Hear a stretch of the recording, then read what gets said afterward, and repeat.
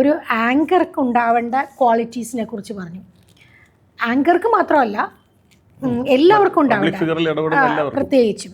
First thing എനിക്ക് തോന്നിയിട്ടുള്ളത്, നമ്മൾ ഒബ്സേർവ് ചെയ്യാൻ, എല്ലാ കാര്യങ്ങളും ഒബ്സേർവ് ചെയ്യുക എന്നുള്ളത്, പഠിക്കുക എന്നുള്ളതിൻ്റെ ഒരു ഭാഗം മാത്രമാണ് ഒബ്സർവൻസ്.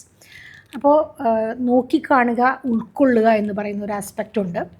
രണ്ടാമത്തെ കാര്യം, നമ്മൾ എത്ര വീണാലും പിന്നെയും എഴുന്നേറ്റ് നിൽക്കാനായിട്ട് പഠിക്കുക എന്നുള്ളൊരു കാര്യം, ജന്മന ഉള്ള വാസന. പക്ഷെ ചില സ്ഥലങ്ങളിൽ ചിലർ വീണു പോകും, ഇനി എനിക്ക് പറ്റില്ല എന്ന്. പക്ഷെ അങ്ങനെ പോകരുത്.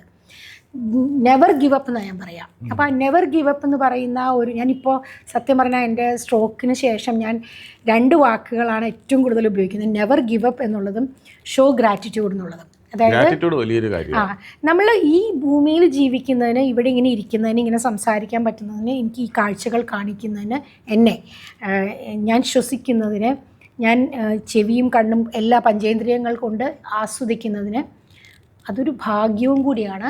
ആ ഭാഗ്യത്തിനൊപ്പം നമ്മൾ നന്ദിയുള്ളവരാവുക.